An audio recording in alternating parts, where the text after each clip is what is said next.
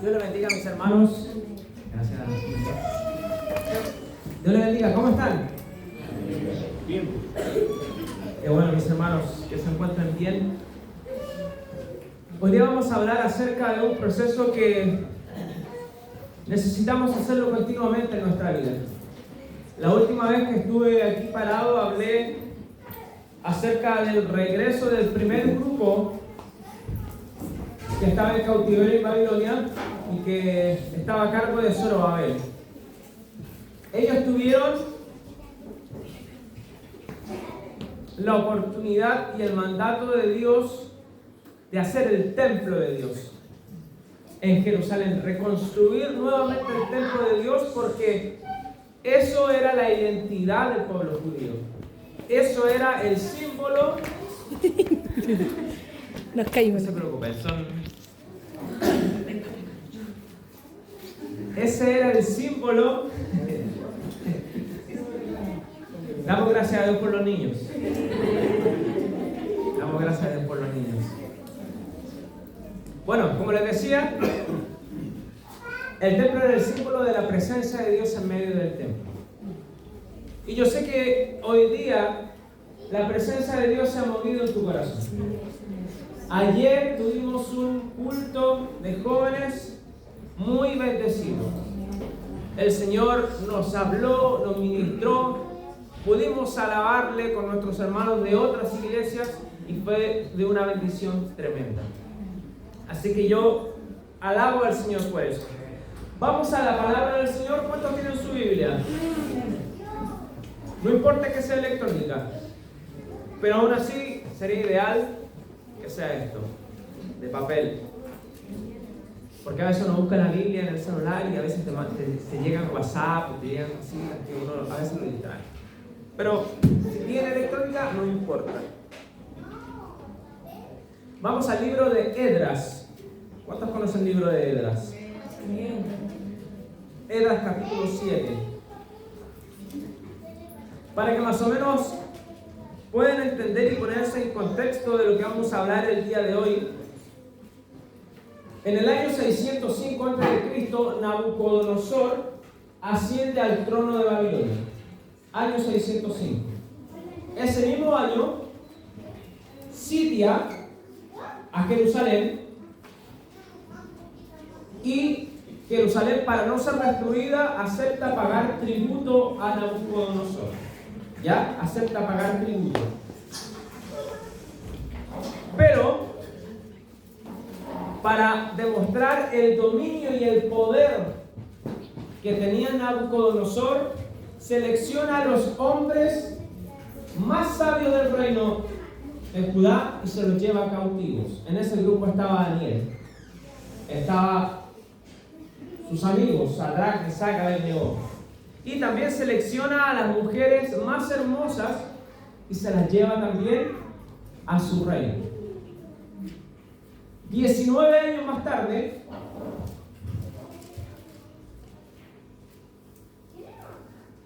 el pueblo de Judá se rebela contra Nabucodonosor.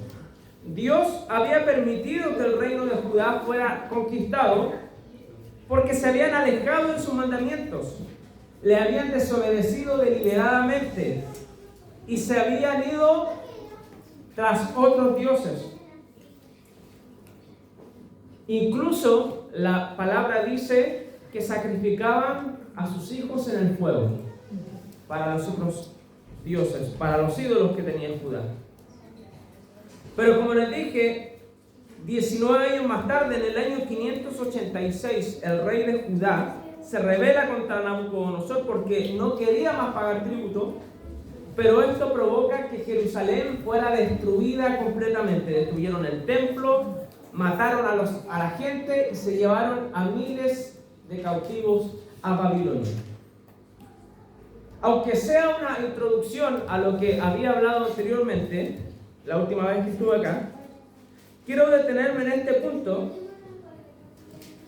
porque debemos saber que lo que le estaba pasando al reino de Judá era causa de las consecuencias de sus propios pecados en contra de Dios. Los últimos 4 reyes que había tenido Judá Joacás, Joacín, Joaquín y Sedequías, todos habían hecho lo malo ante los ojos de Dios, y este último provocó que Nabucodonosor destruyera la ciudad por completo. Hermanos, Dios advirtió una y otra vez acerca del pecado y continuamente restauró el pueblo de Judá. Dios los perdonaba, los restauraba. Ellos volvían a pecar, Dios los perdonaba, los restauraba. Pero ¿qué pasaba? Se volvían a apartar una y otra vez de Dios. La situación llegó a tal punto de que ya no había más remedio. Tenían que ser destruidos. Dios pudo haber destruido a Judá cuando Nabucodonosor llegó por primera vez en el año 605, pero por su misericordia no lo hizo. Aún así ellos, estando bajo el dominio de otra nación, siguieron pecando, y eso provocó que fueran muertos y llevados cautivos en el año 586. Esto, hermano, me llega a preguntarme lo siguiente: ¿en cuántas advertencias cuántas advertencias de Dios necesitamos para obedecerlo realmente? ¿Cuántas advertencias necesitamos de Dios para comprometernos realmente con Él? ¿Qué más debe hacer Dios para hallar en nosotros agradecimiento, fidelidad, amor? ¿Qué más debe hacer Dios en nuestra vida para que de una vez por todas abracemos su cruz y lo sigamos?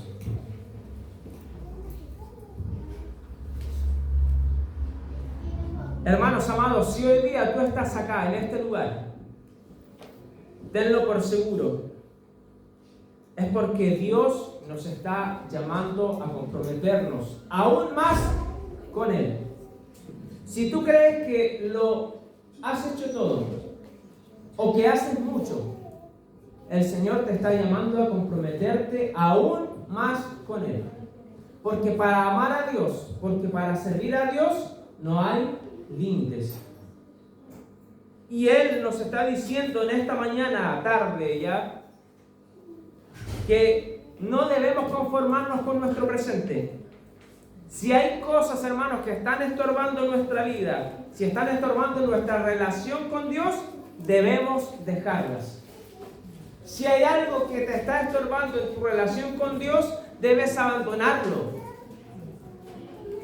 Porque Dios quiere tener una relación contigo y quieres que tú te comprometas con Él. Y eso, hermanos, le pasó a Judá. Imagínense, año 605, son tributarios de un reino. El Señor, por su misericordia, no los destruye. Año 586, el pecado llega al colmo, son destruidos. 18, 19 años para que ellos se pudiesen arrepentir y no lo hicieron. Ahora tuvieron que esperar 47 años para que recién la misericordia de Dios nuevamente se mostrara con Israel, y el rey Ciro de Persia ordenara que volvieran los primeros cautivos a Jerusalén. Y como lo habíamos hablado anteriormente, la misión del pueblo era construir el templo de Dios, ponerlo a Él en primer lugar y que el pueblo tuviera relación íntima con Él. Y es lo mismo que Dios hoy quiere de nosotros. Ahora sí vamos a la palabra en Esdras capítulo 7, versos 6 y 7. Ese era el contexto de Israel. Israel había desobedecido. Dios le había dado muchas oportunidades. Nuevamente habían desobedecido. Habían quedado cautivos. Y ahora Dios les daba una nueva oportunidad. Llegaron a Jerusalén, construyeron el templo, pero había más. En Esdras capítulo 7, versos 6 y 7, ¿cuántos lo tienen? Amén. Dice lo siguiente: este Esdras subió de Babilonia. Era escriba, diligente en la ley de Moisés, que Jehová Dios de Israel había dado. Y le concedió el rey todo lo que pidió, porque la mano de Jehová su Dios estaba sobre Esdras. Verso 7. Y con él subieron a Jerusalén algunos de los hijos de Israel, y de los sacerdotes, levitas, cantores, porteros y sirvientes del templo, en el 7º año del rey Artajerjes. Y llegó a Jerusalén en el mes 5º del año 7º del rey. Cierra sus ojos un momento, vamos a orar. Padre, en el nombre de Jesús, nos presentamos ante ti, porque tú eres un Dios poderoso, eres un Dios bueno y eres un Dios misericordioso. Señor, te pedimos en el nombre de Jesús que tú abras nuestros oídos y nuestros ojos espirituales para poder entender tu palabra, para poder escuchar tu palabra y para ponerla en práctica. Señor, ayúdanos a todos a poder escucharte. Ayúdame a mí, Señor, que no sea yo el que hable, sino que sea tu Espíritu Santo que llegue a los corazones de mis hermanos. Padre, bendice a tu iglesia con tu presencia y con tu bendición. Te lo pedimos en el nombre de Jesús. Amén. En el año 458, Esdras llega con el segundo grupo de cautivos a Jerusalén. El primer grupo ya había llegado, había construido el templo, había construido algunas cosas más, había construido sus casas. Pero ahora venía un segundo grupo, 80 años después del primero.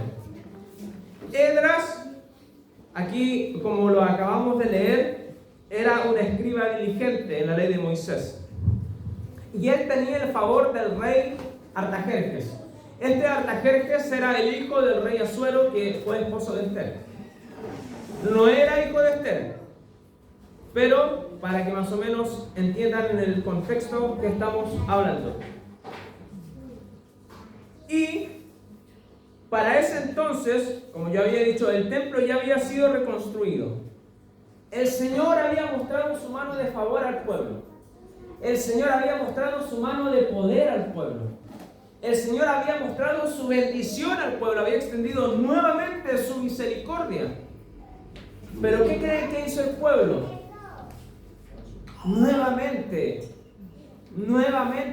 se desvía de los caminos de Él. Entonces, debemos tener en cuenta algo muy importante. Porque la mayoría de la gente que había llegado con Zorobabel en el primer regreso ya había muerto. Recuerden que Zorobabel había llegado 80 años antes que Esdras. Por lo tanto, imaginen que yo llegué en el primer grupo. En 80 años más, yo ya voy a estar muerto, ¿o no? Solamente quedaban tal vez algunos que llegaron muy pequeñitos. Y la mayoría de la gente que estaba en Jerusalén, ¿quiénes creen que eran? Los hijos de los que habían llegado en el primer grupo.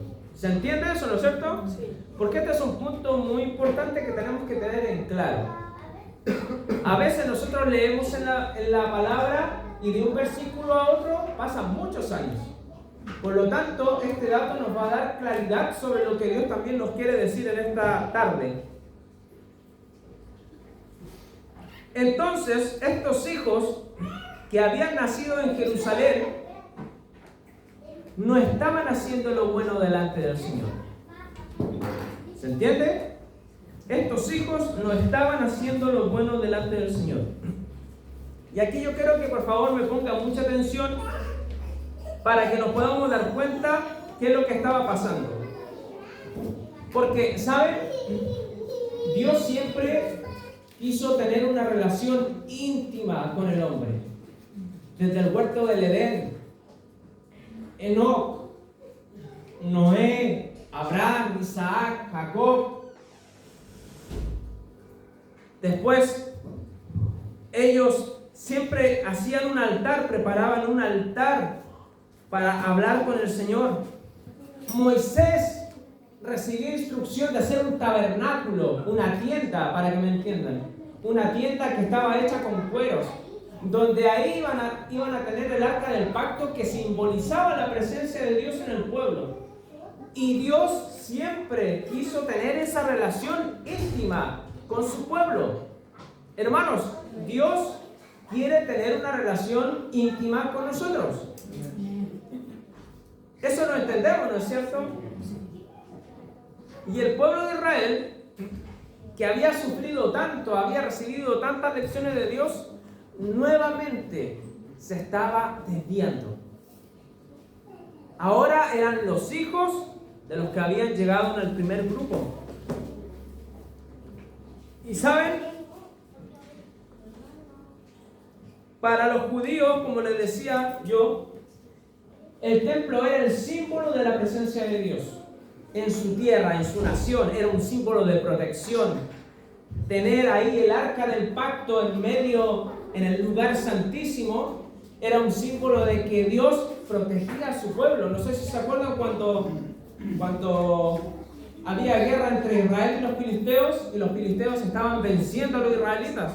Entonces los sacerdotes, los hijos de Elí, tomaron el arca del pacto y la llevaron a la batalla. Y cuando los filisteos vieron que el arca del pacto estaba ahí en el campo de batalla, dijeron: son hombres muertos, porque el mismo Dios de Israel va a pelear contra nosotros. Entonces, este templo y esta presencia de Dios que estaba en medio del pueblo era una identidad, pero encarnizada en los judíos. Pero ellos ya habían hecho el templo en el primer grupo.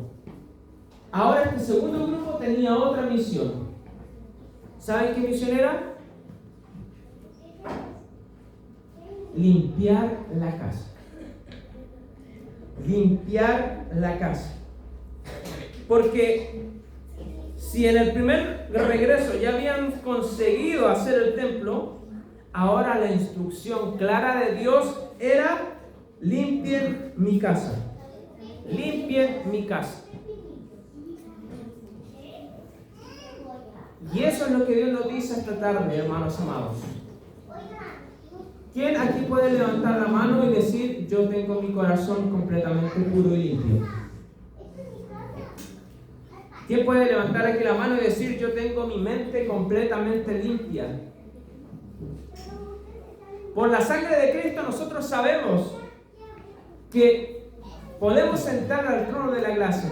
Él nos hace limpios, pero por nosotros mismos, ¿quién puede? Y hermanos amados, la única forma de limpiar nuestra casa, nuestra vida, nuestra mente, nuestro corazón, ¿saben por qué es? Es por medio de la palabra de Dios. Por medio de la palabra de Dios. Oír la palabra, obedecer la palabra. Oír la palabra aunque nos duela. Oír la palabra aunque nos cueste, aunque nos moleste. ¿Saben? Hay iglesias que están llenas hasta el tope.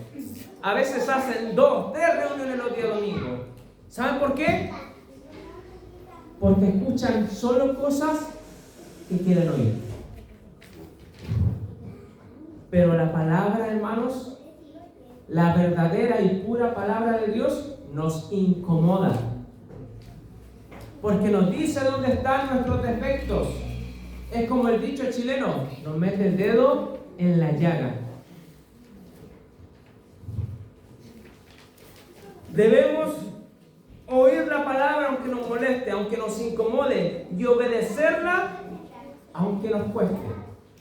¿A cuánto les cuesta obedecer la palabra del Señor? Soy el primero. A todos, ¿no es cierto? Hermanos, solo la palabra de Dios lavará y purificará nuestros corazones para que podamos acercarnos a Él.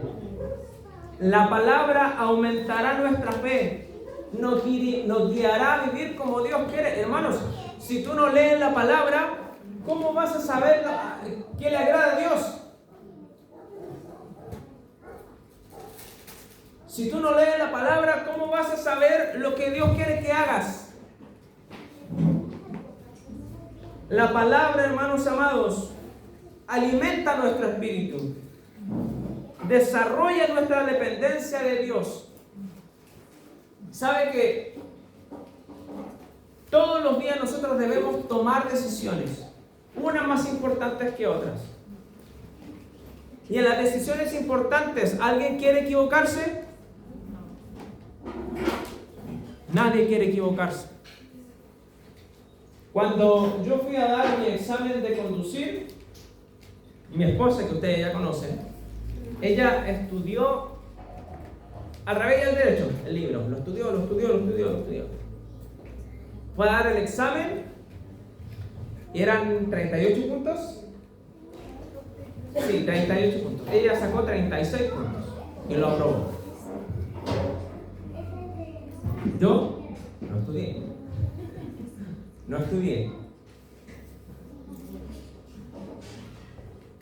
Por su misericordia saqué 36 puntos.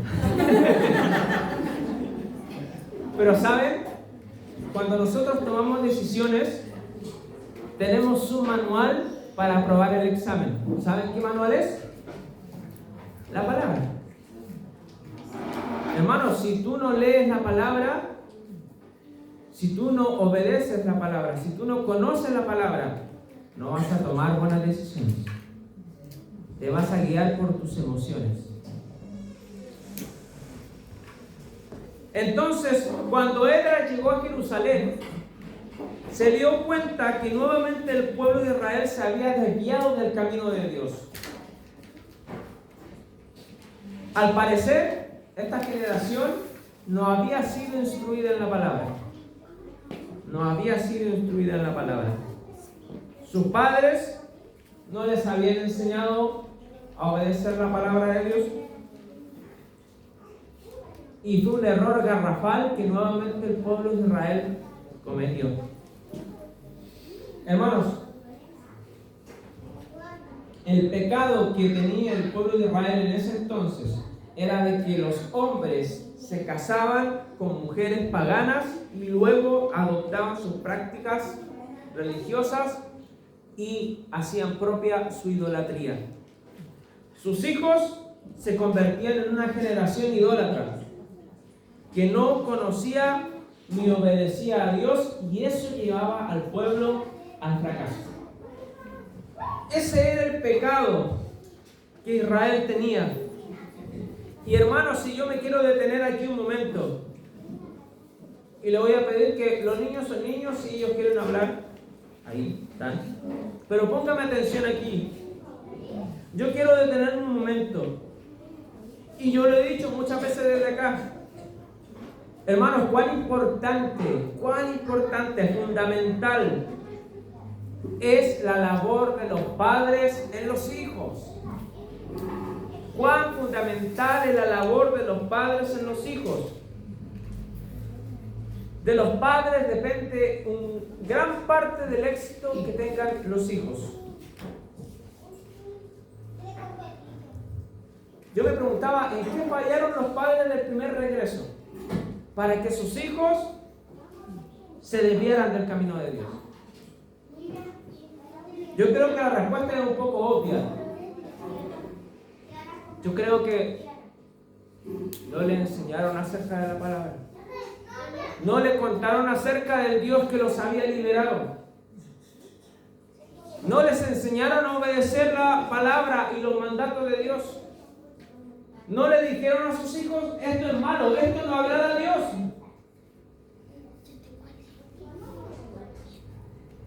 Hermanos, tenemos un rol importante como padres. Estamos enseñando a nuestros hijos a conocer, a obedecer, a servir a Dios. Le hablo a los padres. Y saben, y no hablo de que los traigan a la iglesia, porque eso es lo mínimo que podemos hacer. Mis hijos vienen a la iglesia mientras yo viva. ellos van a venir a la iglesia mientras estén bajo mi techo. Después ellos van a tomar sus decisiones. Pero yo voy a hacer todo lo posible para que ellos conozcan y sirvan a Dios.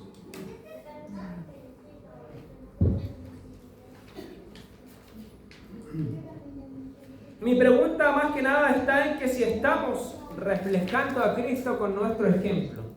Porque traerlo a la iglesia es fácil, entre comillas. Pero ¿estamos reflejando a Cristo con nuestro ejemplo en casa? ¿Cómo tratamos a nuestra esposa en casa? ¿La andamos gritoneando? ¿La andamos dando de patadas? ¿Cómo tratamos a nuestro esposo en casa? ¿Lo honramos? ¿Lo atendemos? ¿Nos sujetamos a él? Y saben, hermanas, yo sé que hoy día esto es de trogloditas, porque las mujeres de hoy en día del mundo, no cristianas por supuesto, para ellas es un insulto de que una mujer atienda a su esposo. Pero nosotros como cristianos sabemos que el sacerdote del hogar es el esposo. La mujer no es menos importante, tiene igual de importancia, pero Dios colocó roles que debemos obedecer. Nuestros hijos nos ven honrando al Señor en nuestro hogar. ¿Cómo nos ven tratando a los demás? ¿Con insultos?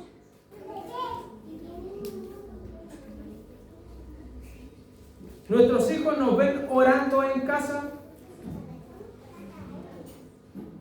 ¿Nuestros hijos nos ven leyendo la palabra en casa? ¿Están aquí, no es cierto? ¿Nuestros hijos nos ven sirviendo en la iglesia? ¿Nos ven cantando? ¿Nos ven adorando? Porque muchas veces, no en esta iglesia,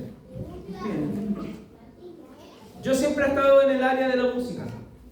Y a veces uno salía como frustrado del culto. Porque uno ahí trataba de, hermano, alabemos al Señor. Y hermano, así. Yo me decía, ¿para qué? ¿Para qué viene a la iglesia?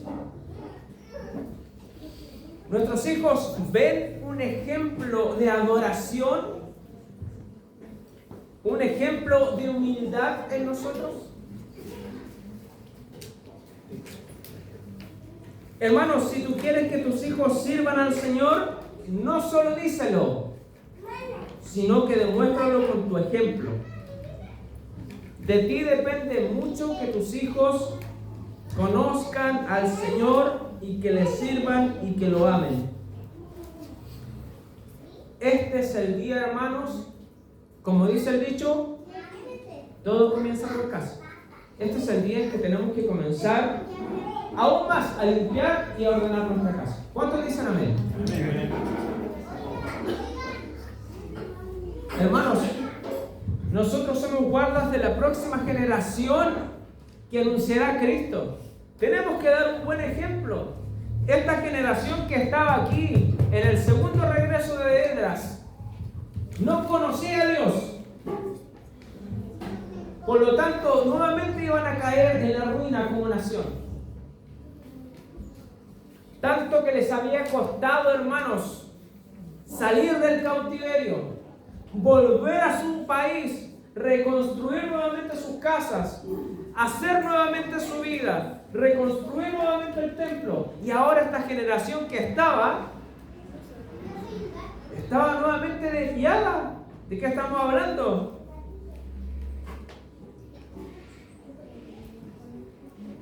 Hermanos, la palabra de Dios es nuestra guía diaria, constante. La palabra de Dios no está solo para leerse, sino para obedecerse. La palabra de Dios no es solo algo educativo, algo para saber, oh, lo que pasó, lo que hizo Jesús, qué bonito. La palabra de Dios es viva y eficaz en la vida del hombre, en el corazón del hombre. Tiene poder, transforma vidas, hermanos. Si yo estoy enfermo y tengo que tomarme una pastilla hasta que me muera, ¿acaso no me la voy a tomar? Yo creo que sí. Si yo sé que tengo que obedecer a Dios, si yo sé que tengo que servir a Dios, ¿acaso no voy a leer la palabra? Hermanos, la palabra es la medicina que cada corazón necesita. Pero ¿sabe? ¿A quién le gusta que le pongan una inyección? Ahora algunas pastillitas vienen hasta con sabor. Yo cuando estaba chico siempre me daba amigdalitis. Y era de que me daba y yo me escondía. Porque yo sabía que mi mamá me iba a tomar, me iba a llevar al paradero 6. Había una casa, no estaba el consultorio que hay ahora. Había una casa, uno subía a la escalera y había una puerta en el fondo que sabía que había una camilla y me plantaban penicilina. Y la enfermera me decía, relájese, relájese.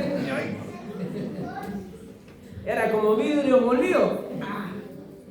Hermanos, la palabra muchas veces nos va a doler. Nos va a hacer tira por dentro. Pero la palabra es la única que lleva a nuestra vida a estar cerca de Cristo todos los días. Nos lleva a obedecer a Dios. Es el único alimento eficaz, es la medicina contra todo. Porque algún día, hermano, nos vamos a morir. Algún día nos van a decir, ya, usted, hermano, le quedan 3 meses de vida. Bueno, pero aquí la palabra me enseña de que si yo tengo a Cristo en mi corazón y le he servido y he agradado sus ojos, cuando yo parta de este mundo, voy a estar con Él para siempre.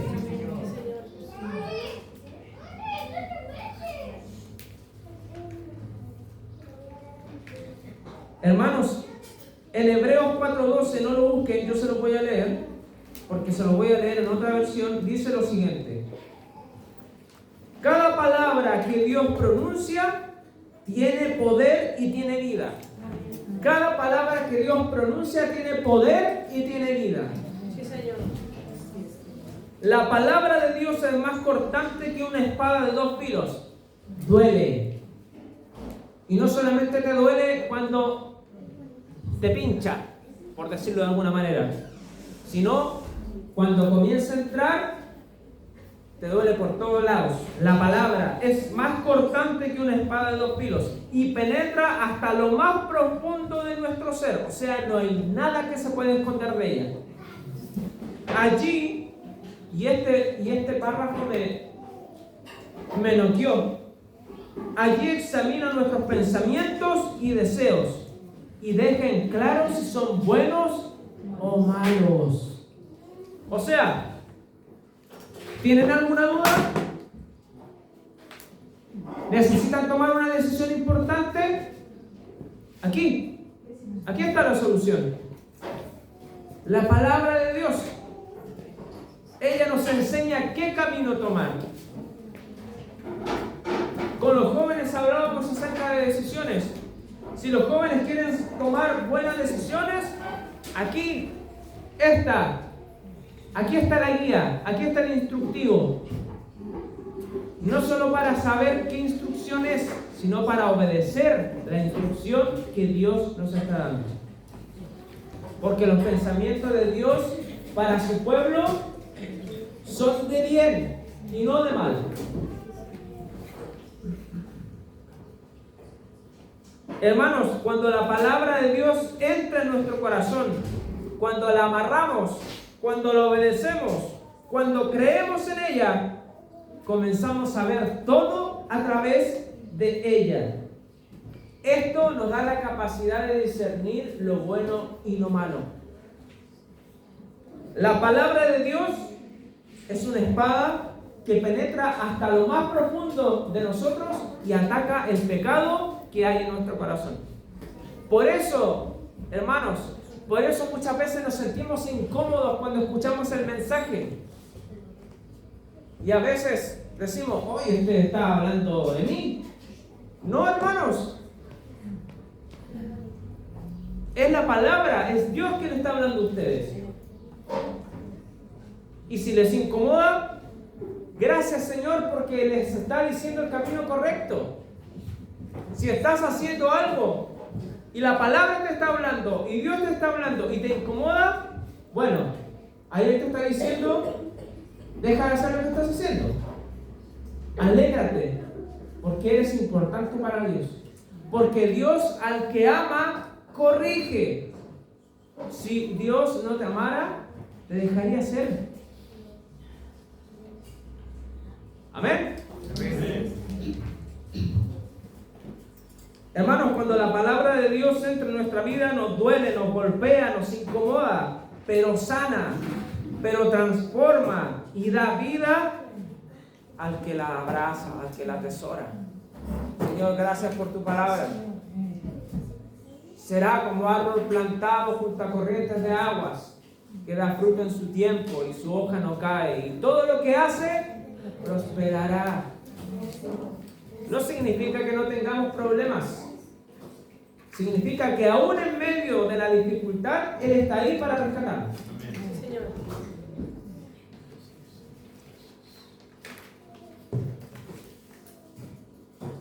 Esdras, cuando llegó a Jerusalén, se dio cuenta del pecado del pueblo. ¿Se acuerdan cuál era el pecado del pueblo? Habían tomado por esposas a mujeres no judías, a mujeres idólatras, que hacían que se desviaran y que los hijos, en vez de conocer a Dios, adoraran ídolos. Pero cuando Esdras llegó a Jerusalén, él confesó los pecados del pueblo orando a Dios, aunque él no había pecado.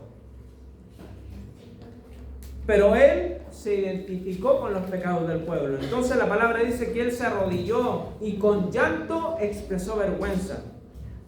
Y saben, en la oración que hace Esdras, él dice, se lo voy a parafrasear.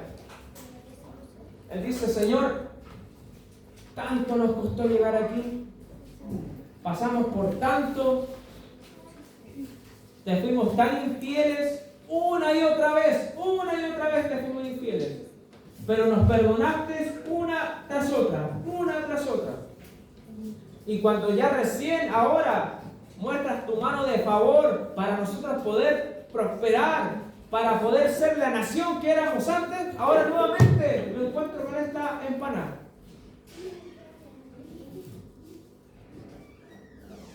Esdras estaba consciente. Pero ¿saben? Cuando el pueblo vio a Esdras arrepentido hasta las lágrimas, el pueblo aceptó que habían pecado y se arrepintieron de corazón. Hoy en día, hermanos, es día de comprometernos con la palabra. Es día de comprometernos con el Señor. ¿Quieres que el Señor limpie tu vida a través de su palabra? ¿Quieres comprometerte para leer la palabra todos los días? No solo escucharla los días domingos. Y no solo leerla, estudiarla, escudriñarla. Decir, a ver, yo leí esto ayer, ahora estoy leyendo esto otro. Oye, se parecen. A ver, voy a buscar en la referencia bíblica. A ver, vamos. Tratar de ver qué es lo que realmente Dios nos quiere decir, exprimir los versículos. Hermanos, ¿estamos dispuestos a limpiar, a ordenar nuestra vida con la palabra de Dios? Porque muchas veces no queremos ordenar nuestra vida. Como decía el pastor Rodrigo, lo ha dicho muchas veces acá, cuando nosotros entramos con la palabra y en oración al Señor, entramos a alinear mi voluntad con su voluntad. Es como cuando ayer dio un ejemplo que él dijo: Señor, me gustaría tanto que sucediera esto, me gustaría tanto que pudieses hacer esto en mi vida, pero hágase tu voluntad. Siempre poniendo al Señor en primer lugar, la voluntad del Señor por sobre mi voluntad. Hermanos, la palabra de Dios tiene el poder de transformar nuestro corazón y dar vida a lo que estaba seco, dar vida a lo que estaba muerto. Hermanos, con la palabra del Señor somos instruidos, somos guiados, somos redarguidos, somos vivificados, somos fortalecidos. Para los que no saben qué es redarguir, es cuando te enseña lo malo que hay en ti. Y tú tienes, por obediencia y por amor a Dios, sí, tú tienes razón, yo estoy en lo equivocado. Yo quiero que para terminar vamos a Esdras, capítulo 10.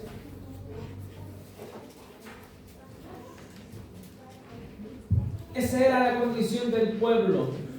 En el primer grupo habían construido el templo. Les había costado. Regresaron en el año 538 en el primer grupo y terminaron recién el templo en el año 515. 80 años más tarde regresa Esdras y se encuentra con este espectáculo que yo creo que le dolió hasta el corazón, hasta el alma. Pero el pueblo pudo recapacitar. Y escuchen lo que pasó. Esdras, capítulo 10, ¿lo tienen?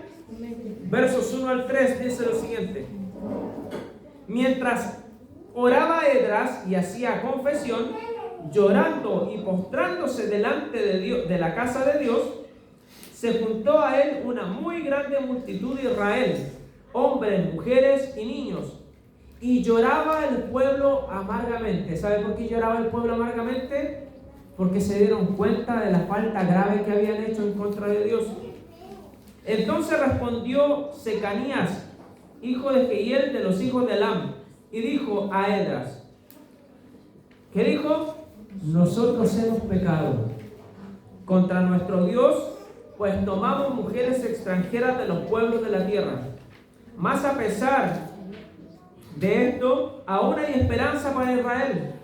Ahora pues, hagamos pacto con nuestro Dios. Y aquí vienen los heavy. Que despediremos a todas las mujeres y los nacidos de ellas, según el consejo de mi Señor y de los que temen el mandamiento de nuestro Dios, y hágase conforme a la ley.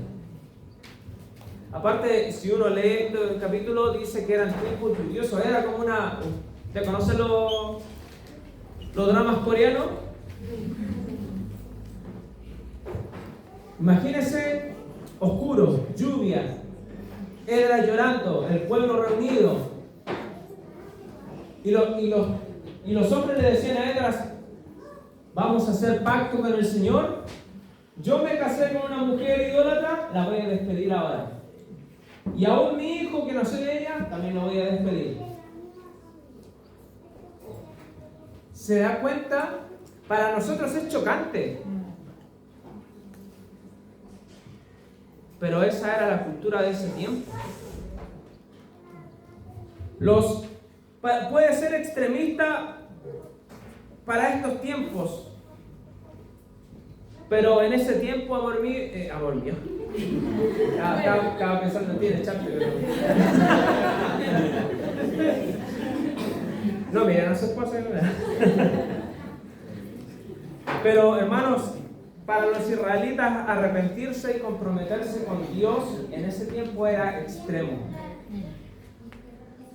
Y sabe, echaron a todas sus esposas extranjeras, echaron a sus propios hijos para limpiar su vida y consagrarse a Dios.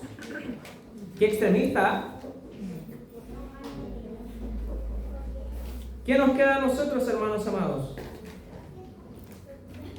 Debemos sacar todo lo que hay en nuestro corazón que nos aleja de Dios. Debemos comenzar a limpiar la casa. Debemos sacar todo lo que nos aparta de Dios. Debemos sacar el pecado de nuestro corazón. Debemos sacar de nosotros todo lo que nos impide adorar y servir a Dios. Y saben, a veces hay cosas súper inofensivas, pero cuando se interponen para servir a Dios, se transforman en ídolos que tenemos que sacar. Como por ejemplo, el culto comienza a las 11 de la mañana. Pero saben, hermanos, justo a las 11 tengo que ir a jugar a la pelota. Mis amigos me invitaron. ¿Qué prefiero?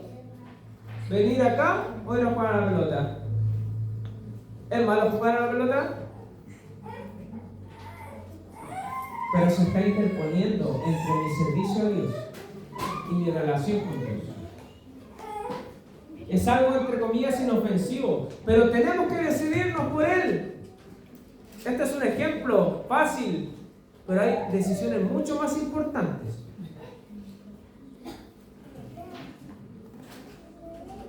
Hermanos,